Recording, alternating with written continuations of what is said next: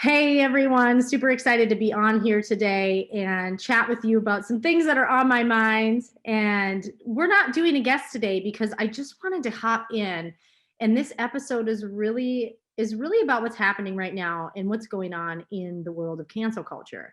And why I wanted to talk about it is because I've seen and I've experienced some of these things, but cancel culture is happening and whether you like this person or not, I just feel like we need to address it because we're seeing people losing their careers. We're seeing people completely get canceled for one mistake or something that's taken out of context and destroying their world. And why I think it's so serious is I think we've become a culture of babies. And now I'm not saying that people haven't done horrible things and said horrible things, but there's also people who said what they felt, and because somebody is offended, we're going to destroy their world. And I just don't feel that's okay. I think it was Gina Serrano or Serrano. Am I saying that right? She was a Star Wars actress, The Mandalorian. And she had tweeted a few things. I was watching, I looked at the tweets and I didn't take them wrong. I think she had a tweet, referring to the Jews, and people said she was comparing Republicans to Jews, and it got really taken to another level. And I was watching her on an interview with Ben Shapiro, and he gave her the opportunity to explain herself. And as she was explaining it, and you could tell in her interview, she was shaking. I mean, she had just lost her job. She lost an incredible role. And now there are going to be some people who are like, well, she shouldn't say these things. But if you actually read what she wrote and not read what someone said she wrote, you actually read it and took the right context, and it was broken down. This is a person who is a young woman who maybe doesn't understand completely the political world, which, let's be honest, unless you're an expert, you don't. And I think we're taking people's word for something, and then we are allowing people to use it. And now it could happen to anyone. It could happen to me, it could happen to you. And this is what scares me. I'm not for either side on cancel culture. You know what? It's free speech. And this is what scares me. It scares me that free speech is being threatened. And it should not apply to just one side. And I don't care what side you're on. I think you should have your opinion. Now, you may offend people. There are going to be people who are offended by how my hair looks today. There are going to be people offended by my voice. There are going to be people offended that I'm wearing a fake fur jacket. It doesn't matter. What I'm concerned with, though, is that if people in power decide they don't like my voice, and people in power decide they don't like my photos, that you could cancel me by using whatever I say and making it towards your agenda, meaning it can mean anything. And I know a lot of people can relate to this. And again, I'm not on either side. I have friends on every side of the aisle. I support and love everybody. I truly do. But we have to become a culture of forgiveness again. And why grit and grace is so important is there's going to be times where you have to stand up and say, you might have to stand up for somebody else and to save them. And it might not go towards your agenda. I mean, what if your family member disagrees with you? Are you going to cancel them? Well, sadly, it's becoming that way. And I think we have to remember, this is politics. This is a game. And many people don't understand the game, and they get very emotionally wrapped up. I'm not putting anyone down. I've been emotionally wrapped up. When I first got involved, actually paying attention, meaning I voted, when I started voting, I would get so emotional around it. And as you grow and as you kind of watch the same patterns and how the media may manipulate it and things, the words got twisted. When you actually just watch it for yourself, you take the emotion out and you just look at it for what it is. What are the facts? What was actually said? You might not like everything that I say, You might not like everything that your spouse says, but do you cancel them? We have to get back to agreeing to disagree. We have to get back to learning to forgive. You know, when I listened to Gina, and this is why I was really concerned, because when I watch a woman who was passionate and excited, and I watched her potentially lose her career, and her explanation was fantastic, and I could relate to it because I'm like, I could see how this happened. You fire up a certain crowd, and I'm not saying in specific, I'm saying in general. If you fire up a certain crowd and they may have the power at the time and they decide to cancel you, you're canceled. I want you to think about this though, because I know there's emotion around it, but this is where emotional intelligence comes in. We have to be better as a society, as a world, on learning forgiveness. Because one day it's going to be you. One day you might be in a position where somebody goes back 15 years and looks at a tweet you did and they use it against you, and you're going to need forgiveness.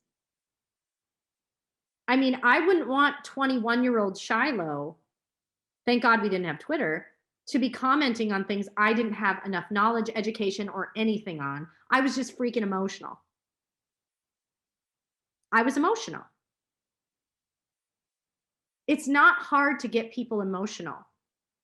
It isn't.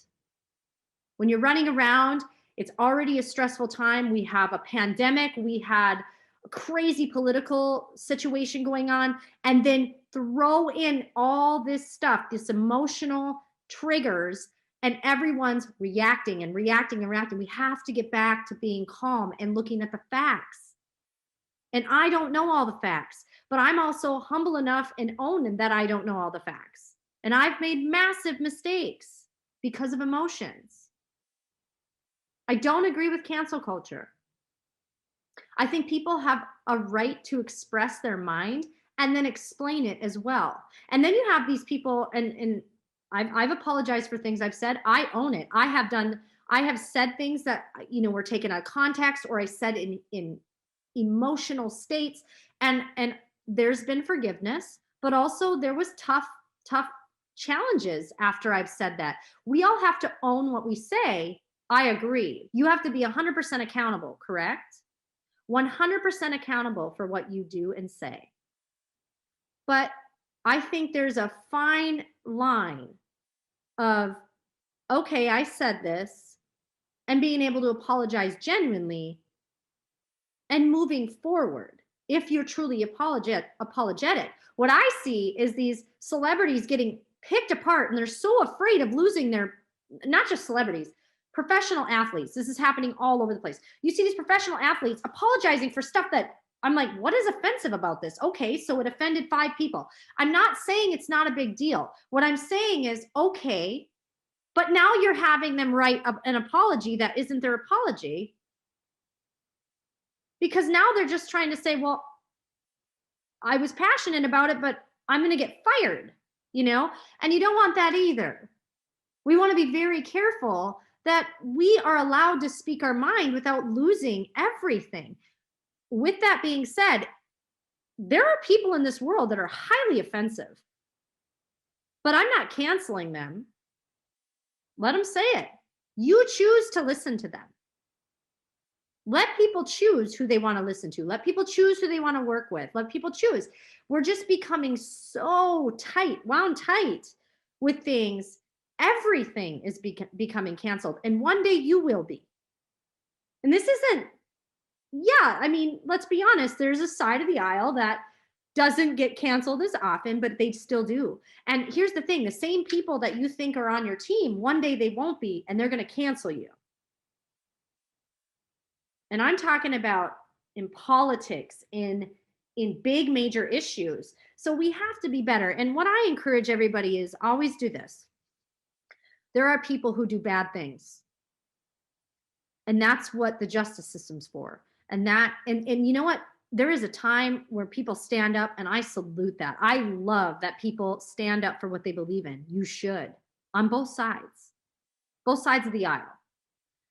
And I'm not trying to make this as political. I'm just trying to make this as general because I think this is a general issue. This isn't just in politics, this is in life. We have to learn to listen to opposing viewpoints without making that person our enemy. And now there are situations where you're not going to agree at all, and it could be offensive and hurtful, and that's okay. I mean, no, you don't have to be around people, but you get to choose that. No one's force feeding people to you. And so I think grabbing onto emotional intelligence is so key right now in this world. And I have softened my views so much. And I get fired up sometimes, and I have to walk it back and go, you know what, though? I don't understand that person 100%. I haven't walked in their shoes. I don't know the whole story, which most of us don't. No one knows my whole story. No one knows what's going on, and so it's very easy to look at maybe a tweet, and you could pick it apart 85 different ways, right? My challenge to everybody on here is let's be better humans. Let's practice forgiveness again. And there are a lot of people who do deserve forgiveness. And there's some people who you can forgive them, but you don't have to forget it. But you can choose to listen to them. You can choose to watch them. You can choose to do business with them. That's the beautiful thing about where we live. We live in a first world country with champagne problems, most of us. And I'm not saying all of us. There are people going through hard times. But when I look at my stuff, I'm like, I need to look at other people's situations. There are people going through terrible times. There are people who are hungry. There are people who don't have money to pay their rent. And we need to be loving. But we need to practice grace, forgiveness, because that's what the good book says, right? And you don't have to believe in God, but a higher power. There's something greater than all of us, right? Whatever you believe in, tap into it. But I think we just need a lot more grace and forgiveness. I've needed it. I've made mistakes. What I hope that people see in me is that I take 100% accountability for my mistakes in my life, in that I turn them around and do my best with them. But if people wouldn't have given me grace or forgiveness, I wouldn't be here. That makes me tear up a little bit. Because it's not okay to ruin someone's life because you don't agree with them. And I think that's where we're going. And I think it'll stop. I think we're better. I think people are starting to go, oh, hey, well, I didn't agree with this. Are you going to cancel me? And that doesn't matter what side you're on, because cancel culture will affect everyone eventually. And I just think we need to be better.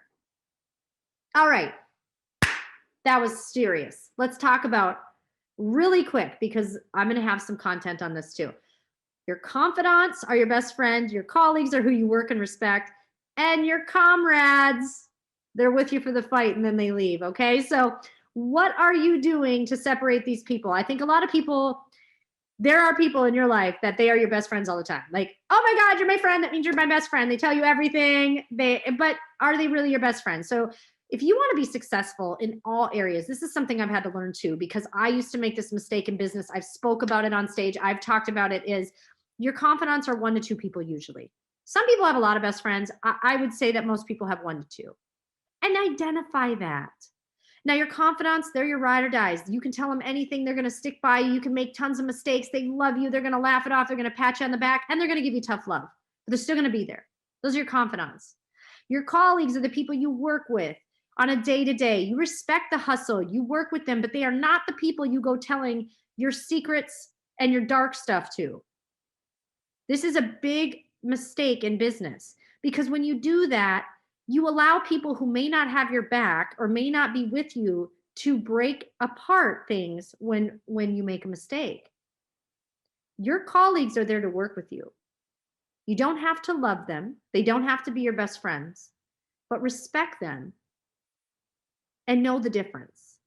This is a big one. I think this one really hurts people, because in business, I've been hurt. I used to think everyone was my best friend. I would tell people like, oh, I'm going to share my secrets and be super vulnerable. There's a time and place for that. And there's a good trust factor, but your colleagues are the people that you support, respect, and hustle with, but not share your deepest, darkest secrets with. Don't bring them on your roller coaster. Okay. And so that's my business tip for the day. Your comrades, they're your fun ones. They're going to come with you. If you got a cause, if you're like, I don't like this, they're going to not like it too, because they're on that ride with you and they're like, screw the man, we're going to do this. And they're going to be your ride or dies for a period of time. They also are not people you confide in, but the minute that the cause is over, the minute that the fight is over, they're out the door, man. They might like you, but they're not sticking with you. They're gone. So you need to know the difference. This is super important because this will also help you not get so burnt in business. I know in business, I have felt burnt. I've probably been this person. I've probably been a comrade at one time. I've probably been just a colleague at one time. And people treated me like a confidant, and people treated me, more than I should have been. And maybe I disappointed. We all go through this. We all are these people at one point in our life. I just really think it's important for people to know the difference. And this is just a tidbit of this kind of business tip today, but I really think it's important for you to identify that. So today, when you're done with this episode, break it down. Who are your confidants? And don't say everybody. Stop it. Get over yourself. You do not have 35 best friends. You've got one or two. One could be your spouse. One could even be your mother. I'm just saying that who do you really trust? Ride or dies, they've got your back no matter what. Your colleagues, you might have some close colleagues and you might have great relationships, but they're colleagues. Know the difference. Don't put all your eggs in a basket. Love, support, and respect them. And you don't have to love everyone you work with, but respect them. All right? That's important. There's a lot of lack of respect. And there's a lot of competition. And I think that's what happens with colleagues. Competition. Know that there's always someone waiting for you to fail to fill your spot. Don't ever let your guard down on that. Someone's always ready to out hustle you, or the minute you fall, they're ready to walk right over you to take your spot. Be strong. Stop thinking everyone's your best friend. This is really important. And then your comrades. Just know that they're there for the cause and they're gone. Don't expect them to stay. They're there for a season, man. They're there for a season, baby, and then they're out. And then they're out. It's super important to know those differences. I've been hurt, and I've probably hurt people. I know I've hurt people. Not intentionally. No one comes in intentionally to hurt somebody, right? But I think it's super important. COVID ass. Let's talk about it really quick, and then we'll wrap this up. I told you it's a short, sweet episode, but I really wanted to address this. We all have COVID ass right now. We have been sitting on our computers, and it's flattening out, baby. It's flattening out. We got to get our squats back. I was looking in the mirror the other day, and I'm like, oh my gosh, I have to really lift my butt here. I have to get back to yoga. I have to do all the things. I got to do get the bands and do the booty bands and get the sides lifted, do the clam. If anyone knows what the clam is, you look like a crazy person. But I bet you if you look at your butt right now, most business people, you probably have COVID ass after this last year, and that's okay. It used to be called boat ass, right? You get up and you feel like your butt's all flat. Nah, we all have some COVID ass. We all have some COVID ass. I want to thank all of my listeners so far. We've had some incredible reviews. Honestly, this podcast it's going better than I thought. We've got some really exciting things coming. But I want to challenge everybody who listens in, write a review, but also work on grace. One of the reasons I did this podcast too was to show people a really vulnerable side of me, and to show people that there's a lot of forgiveness in me, and also that's been given to me in my life. And without it, I wouldn't be here. And I've said that earlier, but I really do mean it. I'm an example of why forgiveness is a big deal. And I've almost been canceled a few times. It brings me back to the cancel culture. There are really great people who've made incredible mistakes. They're not perfect. Look at some of the people we praise now, but imagine if we had this type of culture back in the day. I mean, Einstein, I think, cheated on his wife with his cousin or something. I mean, could you imagine And like just some of those things. I mean, that's like pop culture type stuff. But think about people who've made serious mistakes and got to share their suck or share that part of it. Many people that you love and adore had some serious missteps and were able to come back from it. We're creating a generation in this environment right now that we're not going to have those stories. Why is suicide up so much? Bullying, cancel culture is a form of bullying. There's a time and a place to say, hey, I'm not going to watch that film or I'm not going to do this. Fine. But when I see people who are genuinely sorry,